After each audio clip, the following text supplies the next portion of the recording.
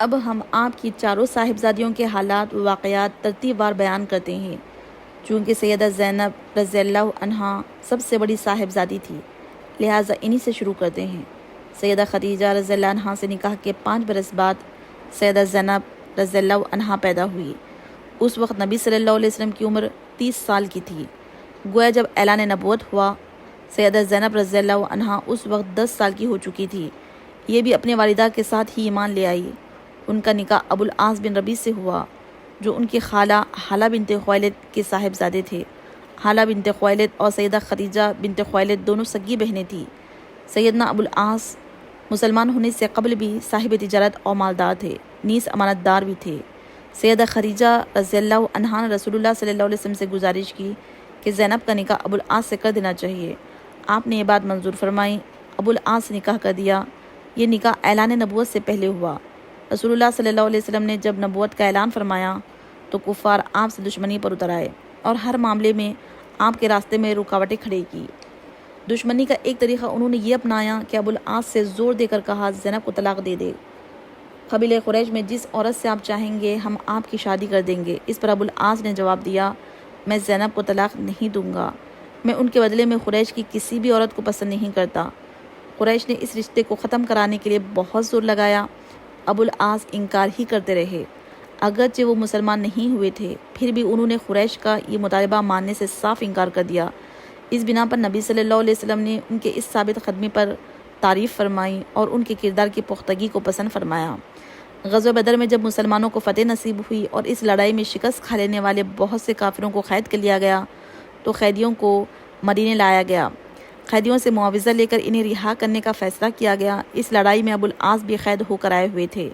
انہیں عبداللہ بن نعمان انصاری نے قید کیا تھا۔ عباس بن عبد المطلب بھی قیدیوں میں شامل تھے۔ یہ رسول اللہ صلی اللہ علیہ وسلم کے چاچا تھے۔ اگرچہ انہوں نے لڑائی میں حصہ نہیں لیا تھا، لیکن یہ مشرکین کے لشکر کے ساتھ آئے تھے، اس لیے ان کا شمار مخالفین میں ہوتا تھا۔ اہل مکہ قیدیوں کو چھڑانے کے لیے معاوضے روانہ کیے۔ اس سلسلے میں ابو العاص کی رہائی کے لیے سیدہ زینب رضی اللہ عنہا نے اپنا ہار ان کے فدیے میں بھیجا۔ جب یہ معاوضے اور فدیے نبی صلی اللہ علیہ وسلم کی خدمت میں پیش ہوئے تو آپ کو ان میں وہ ہار بھی نظر آیا۔ آپ پر غم کی حالت طاری ہو گئی، دل بھر آیا، آنکھوں میں آنسو آ گئے۔ سیدہ خدیجہ رضی اللہ عنہا نے کا دور آنکھوں کے سامنے گھوم گیا۔ مجلس میں موجود تمام لوگوں نے نبی صلی اللہ علیہ وسلم کی اس کیفیت کو صاف محسوس کر لیا۔ آپ نے ارشاد فرمایا، تم پسند کرو تو ابو العاص کو رہا کر دو اور زینب کا ہار واپس بھیج دو۔ صحابہ کرام رضی اللہ عنہم نے فوراً عرض کی کہ ہمیں کوئی اعتراض نہیں۔ اس پر آپ نے ابو العاص سے فرمایا، جب آپ مکہ پہنچے تو زینب کو ہماری طرف بھیج دے۔ ابو العاص نے یہ وعدہ کر لیا۔ اس طرح انہیں بلا معاوضہ رہا کر دیا گیا۔ سیدہ خدیجہ رضی اللہ عنہا کا ہار بھی واپس بھیج دیا گیا۔ ابو العاص نے اپنا وعدہ پورا کیا، اپنے بھائی کے ساتھ زینب رضی اللہ عنہا کو مدینے روانہ کیا۔ اس طرح زینب رضی اللہ عنہا نبی صلی اللہ علیہ وسلم تک پہنچ گئے۔ راستے میں حبار بن اسود نے روکنے کی کوشش بھی کی تھی، جو بھی مسلمان نہیں ہوئے تھے، لیکن کنانے آڑے آ گیا، پھر بھی اور ان کو زخم بھی آئے۔ اس طرح ہجرت کے دوران بھی ان کو سخت حالات کا سامنا کرنا پڑا۔ ایسا سلوک ان کے مسلمان ہونے کی بنا پر کیا گیا، گویا تکالیف انہوں نے اللہ کے راستے میں اٹھائی۔ سیدہ زینب رضی اللہ عنہا جب نبی صلی اللہ علیہ وسلم کی خدمت میں پہنچی اور اپنے مصائب کی تفصیل سنائی تو آپ نے ارشاد فرمایا، میری بیٹیوں میں زینب سب سے افضل ہے۔ اسے میری وجہ سے مصیبت میں مبتلا ہونا پڑا اور اذیت میں مبتلا کیا گیا۔ حبار بن اسود جنہوں نے سیدہ زینب رضی اللہ عنہا کو تکلیف پہنچائی تھی، وہ فتح مکہ کے بعد مسلمان ہو گئے تھے۔ نبی صلی اللہ علیہ وسلم نے ان کا یہ جرم معاف فرما دیا تھا۔ دین کے معاملے میں سیدہ زینب رضی اللہ عنہا کا مقام بہت اونچا ہے۔ ان کے اس بلند مقام کی خبر خود نبی صلی اللہ علیہ وسلم نے دی ہے۔ نبی صلی اللہ علیہ وسلم کا یہ فرمان ہے کہ زینب کا مقام بہت اونچا ہے۔ ایک بہت بڑی خوشخبری بھی تھی، ان کے خاوند ابو العاص جب تک مکے میں رہے اسلام نہیں لائے تھے۔ انہیں 6 ہجری میں ایک تجارتی قافلے کے ساتھ شام کی طرف سفر کرنے کا اتفاق ہوا۔ اس قافلے کو مسلمانوں نے گرفتار کر لیا۔ یہ بچ نکلنے میں کامیاب ہو گئے اور سیدہ زینب رضی اللہ عنہا کے پاس آ گئے۔ انہوں نے انہیں پناہ بھی دی۔ یہ نبی صلی اللہ علیہ وسلم کی خدمت میں حاضر ہوئے اور اسلام لے آئے۔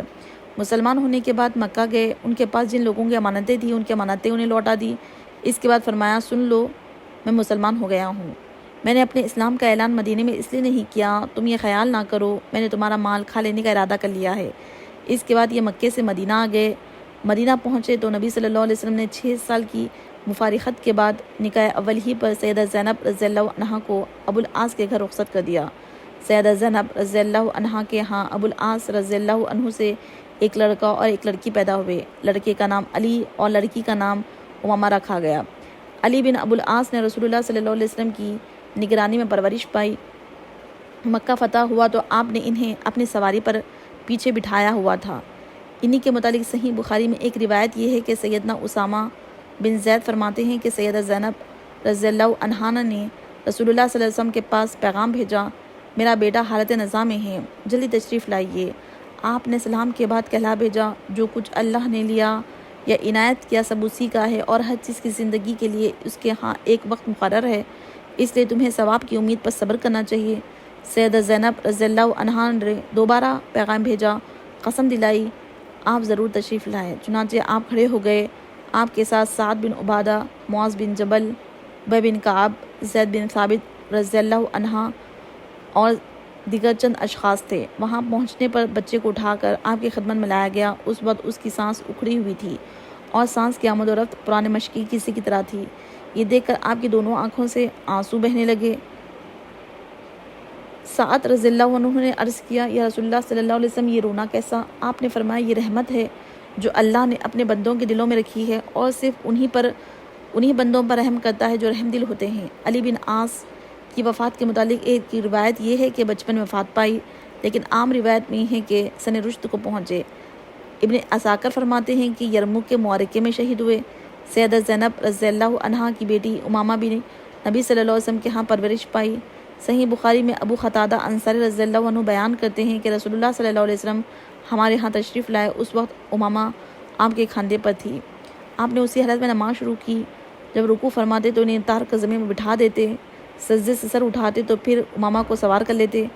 اس واقعے سے صاف ظاہر ہے کہ نبی صلی اللہ علیہ وسلم کو ان سے کس حد تک محبت تھی۔ محدثین نے ایک اور واقعہ نقل کیا ہے کہ رسول اللہ صلی اللہ علیہ وسلم کی خدمت میں ایک قیمتی ہار ہدیے کے طور پر آیا۔ اس وقت ازواج مطہرات رضی اللہ عنہ وہاں جمع تھی۔ امامہ بھی وہیں تھی اور کم عمر ہونے کی وجہ سے وہیں کھیل رہی تھی۔ آپ نے ارشاد فرمایا کہ یہ ہار کیسا ہے؟ ہم نے عرض کیا، اس سے بہتر ہار ہم نے کبھی بھی نہیں دیکھا۔ یہ سن کر آپ نے فرمایا، مجھے اہل بیت میں سے جو سب سے زیادہ پسند ہے، میں یہ ہار اس کے گلے میں ڈال دوں گا۔ تمام ازواج مطہرات منتظر تھی کہ دیکھے کہ وہ ہار کس کے حصے میں آتا ہے۔ انہوں نے یہ سمجھا کہ یہ شرف سیدہ عائشہ رضی اللہ عنہا کو حاصل ہوگا، لیکن نبی صلی اللہ علیہ وسلم نے امامہ کو اپنے پاس بلایا اور ہار ان کے گلے میں ڈال دیا۔ ظاہر ہے کہ آپ کو امامہ سے محبت سیدہ زینب رضی اللہ عنہا کی وجہ سے تھی۔ انہی امامہ سے 12 ہجری میں سیدنا علی رضی اللہ عنہ نے نکاح کیا، کیونکہ سیدہ فاطمہ رضی اللہ عنہا وفات پا چکی تھی۔